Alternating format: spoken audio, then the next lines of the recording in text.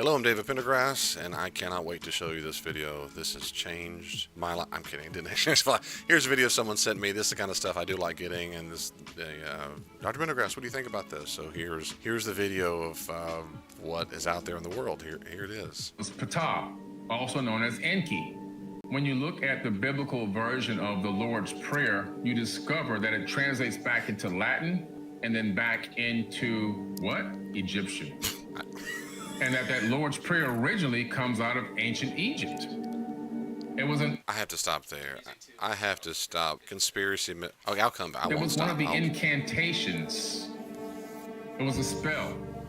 Unfortunately, it was designed to give the power to the person that you were praying to, which in this case was Ptah or Enki. I think you guys know the prayer. Our Father who art in heaven, you know the be thing. Thy name, thy kingdom come, thy will be done on earth as it is in heaven. Sorry, Mike. Give us this day our daily bread as we forgive our debts. Debtors as we forgive us our debts as we forgive our debtors. Lead us not into temptation, for thine is the kingdom, the power, and the glory forever and ever. Amen. Right? That's a very old prayer that's in the biblical text. I just had to pull it out of my file cabinet in my brain real quick. But that prayer is an incantation that's actually traces all the way back to ancient Kemet, and it's the prayer of Ptah, P-T-A-H. You're not praying to God, of the creator of the universe, when you say that prayer. You're praying to Enki. Full of relative.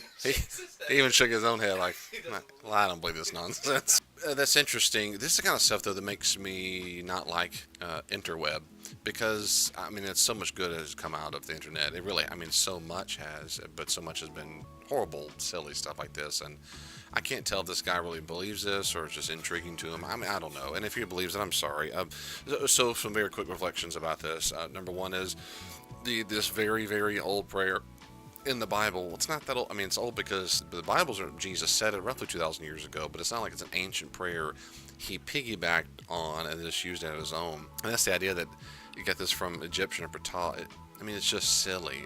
You would need evidence for that. I'm open to that idea. I'm open to the idea that Jesus or any of the early Christians cited ancient Egyptian text. I mean, that would be, and I'd be intriguing, like Indiana Jones or something. I'm serious. I'd be really intrigued by that. There's no evidence for it. There's not a single evidence. Scholars have been studying this stuff for centuries, and there's not a shred of evidence that anything that Jesus is citing is quoting anything in ancient Egyptian text. That'd make, I mean, if you went to the Old Testament and said there are certain Old Testament passages that sound like the Egyptian Book of the Dead, there's some similarities sometimes. There are how they deal with what we, I'll go off the topic.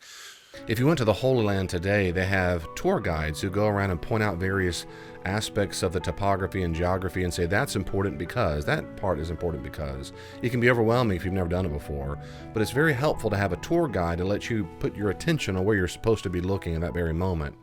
Well, I wrote this book, Rediscover Jesus, to do something very similarly. There's so much out there about Jesus in the New Testament. I wanted to cut through all that and put something accessible in your hands that would help you focus your attention directly on the main things Jesus taught in historical context and with some real practical tips on how to apply it today in the modern world. Whether you're a skeptic or whether you're a devout follower of Jesus already, I think Rediscover Jesus will be a fantastic text for you individually or for small groups or perhaps for large groups like your entire church. I think you're going to find this very helpful. Go to Amazon.com to get it on Kindle or paperback, or there's an audiobook where I read it myself. If you want bulk orders, let me know. I'll give you a special discount. God bless you, and I hope you're going to enjoy and learn from Rediscover Jesus. Get yours today. But when Jesus, so that was one thing is, no, there's no evidence at all of any ancient Egyptian prayer that sounds like the prayer of Jesus anywhere. Two, when you said initially on that when he goes backwards, take it back to Latin, and then you go back to Egyptian.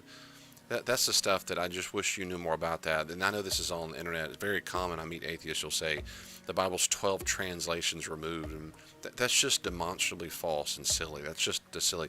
No modern translation on the planet has 12 translations removed from the original.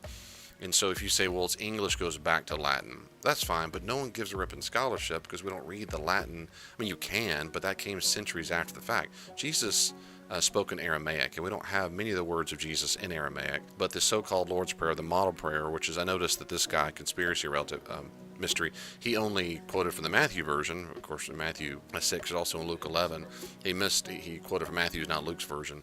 But so Jesus would have originally spoken Aramaic, but the version we have is in Greek, and so he does not. In Greek existed before Latin existed. Now, anyway, the point is you can't go backwards to Latin. You went forward to Latin, and then you went backward to the Egyptian, because Egyptian did exist first, and then there was Greek, and then Latin somewhat simultaneously. The point is you can't go backwards like that. And then, but this kind of stuff, I know. My third major point is I know this is the kind of stuff that makes people afraid.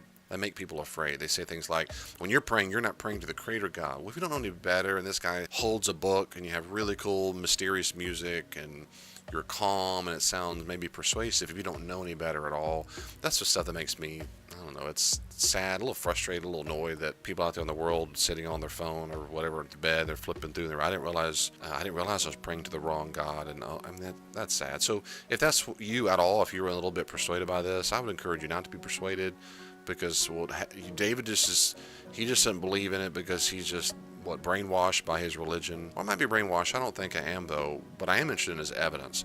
And if you make these kind of claims, you just need evidence for it. That's all. And there's not a shred of evidence for any of this kind of stuff. So what are your thoughts? Let me know in the comments below. And if you have videos like this to which you would like me to respond, let me know.